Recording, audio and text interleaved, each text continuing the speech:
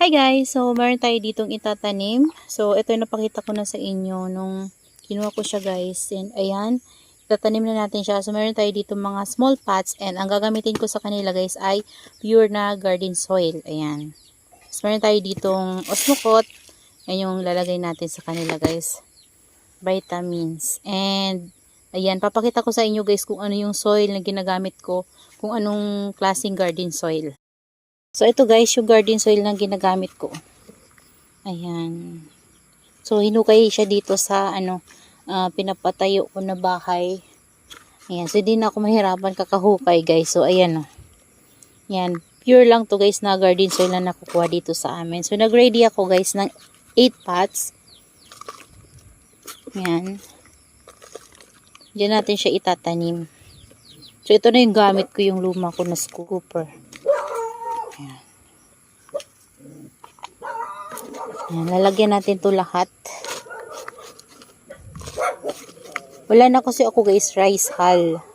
So, ginagamit ko talaga ay fresh rice hull and then garden soil. So, dahil wala na tayong rice hull and maliliit lang naman yung pots na to guys. So, gagamitin ko sa kanila itong pure na garden soil.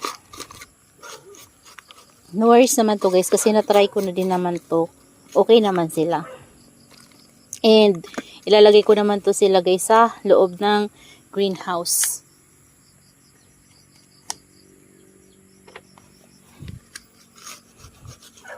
Ayan. So minsan nga kapag naghuhukay talaga ako mismo guys, malalaki talaga yung garden soil na nakukuha ko. So ito medyo na talaga maliliit na kasi doon to galing guys sa hinukay na tatayuan namin ng bahay. Ayan. So yun, mayroon na tayong naka-ready na garden soil. Mayroon na tayong mapagkuhanan na nahukay na. Hindi na tayo magpapakahirap paghukay. Ayan guys, oh. Ayan, lagi ko lang sila doon guys sa taas. So ayan na guys, naitaas ko na sila. And, ayan, pantayin ko lang yung soil nila.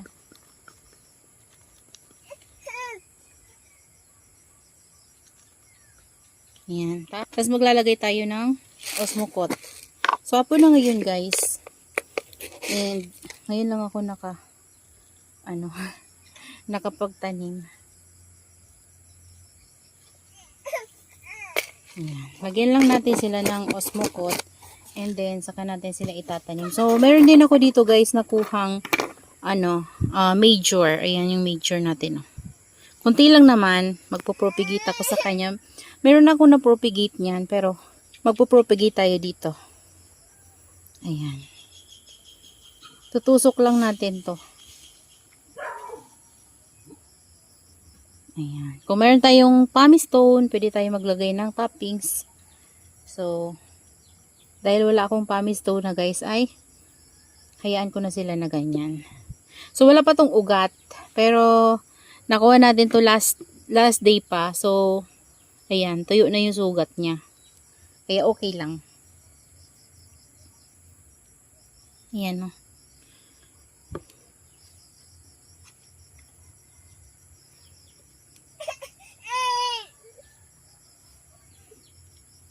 Ayan.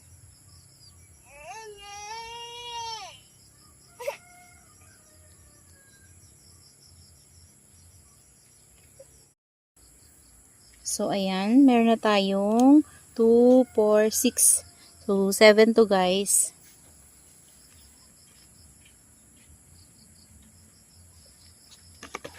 Ayan. Tapos, yung major natin guys ay dito. Mayroon tayong isang extra pot.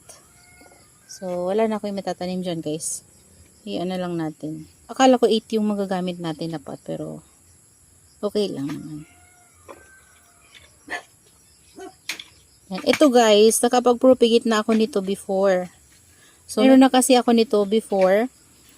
Ang nangyari lang doon guys, nung summer, grabe yung init. Tuyuan siya guys, hindi ko na-dilig. And nakalagay siya sa ceramic pot. So, natuyo talaga, as in natuyo. So, yun. Di ko na dilig. Na-try ko na din to guys, Ilipropa. Napopropagate siya through leaves. Yan. So ngayon, mag-start ulit tayo mag-propagate. Para maparami natin siya.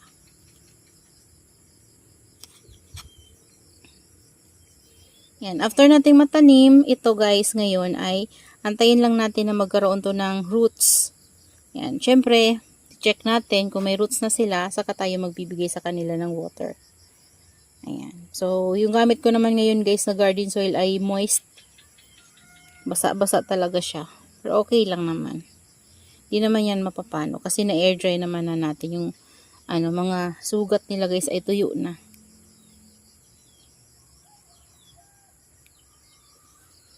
Ayan. Ayan guys. Hindi nyo pala nakita. Ayan.